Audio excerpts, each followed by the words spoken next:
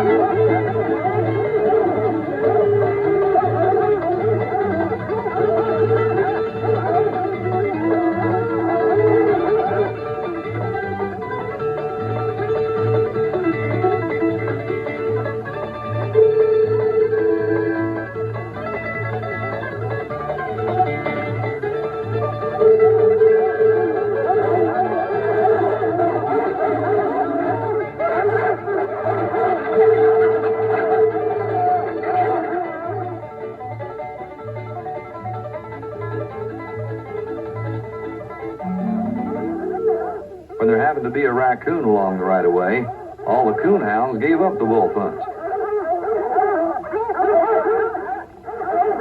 And a possum sidetracked another dozen dogs. Well, that's the funnest looking wolf I believe I ever saw.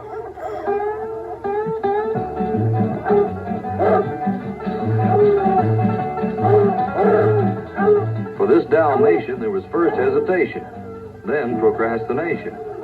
So, one way or another, the big wolf hunt just kept thinning down.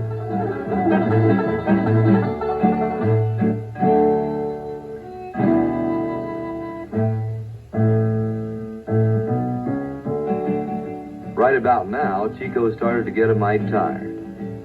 So it was time to stop running and get cunning.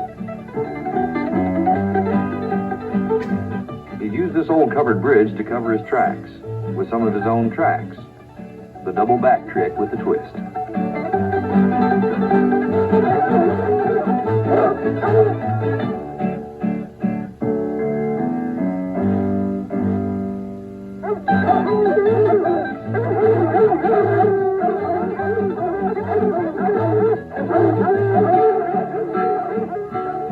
So far, so good.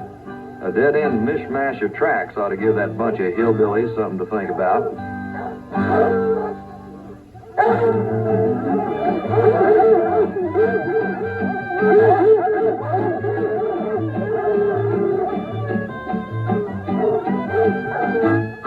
The old switcheroo had put Chico right where he wanted to be, in back of the pack. What he aimed to do now was find a spot to cool off and catch his breath. No doubt about it, Chico had picked a good place, but a bad time. Seems the miller was ready to run off a batch of cornmeal.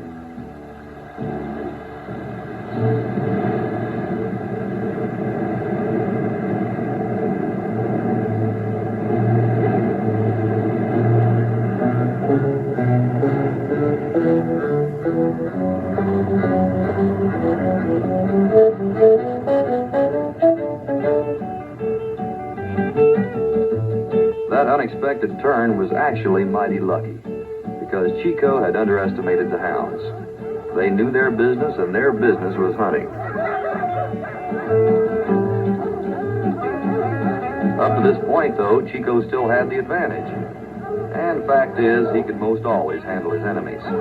But he sure couldn't cope with a well-meaning friend, Bluebell.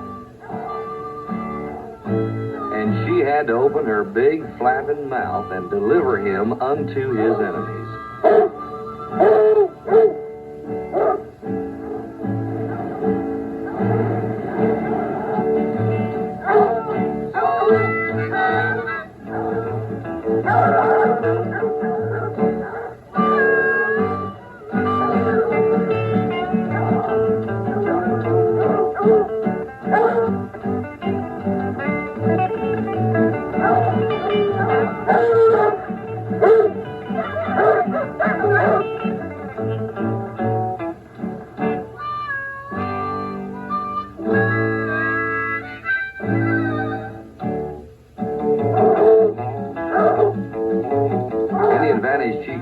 Dad was gone now.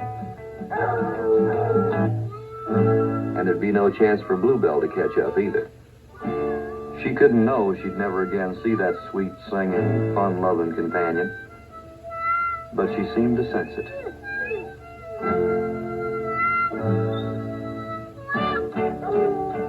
Another mile of running. And now the pack was down to the hardcore hounds. With these dogs, this hunt could have only one ending. The best Chico could hope for was to gain a few seconds of time. And that's about all he got. Still, that just might be enough, because down the hill a ways, a break was in the making.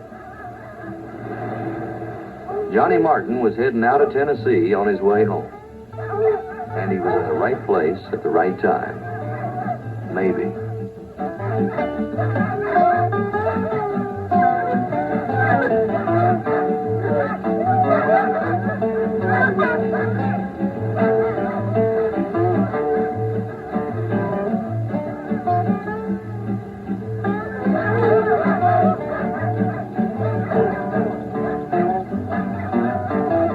Come here, Kyle.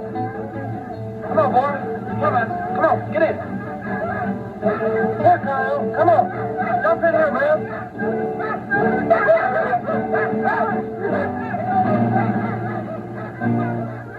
Of course, Chico's choice had been a matter of survival.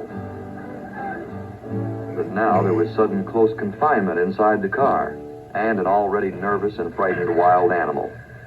Whoa now, man. Easy, Coyote. Whoa, boy. Calm down now. Calm down. That's better. You just as well stay that way, too, Coyote, because we're going to be together for a lot of miles.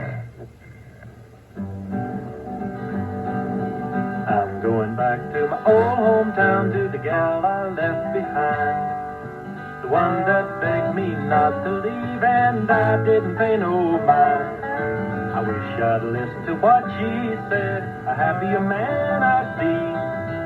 I didn't think she was very smart, because she fell in love with me. I'm going back to my hometown gal, and I swear I'm gonna stay. Like she said I ought to do when I up and went away.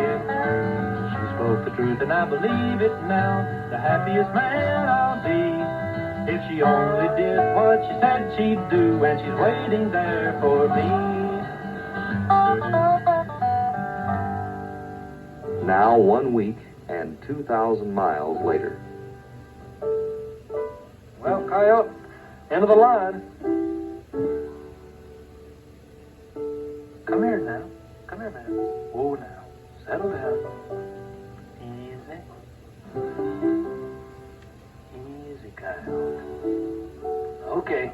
Go on, Coyote. Well, they parted with mutual respect. Chico had accepted the ride and kept his pride and independent spirit. Being desert-born himself, Johnny Martin had understood, and that took care of that.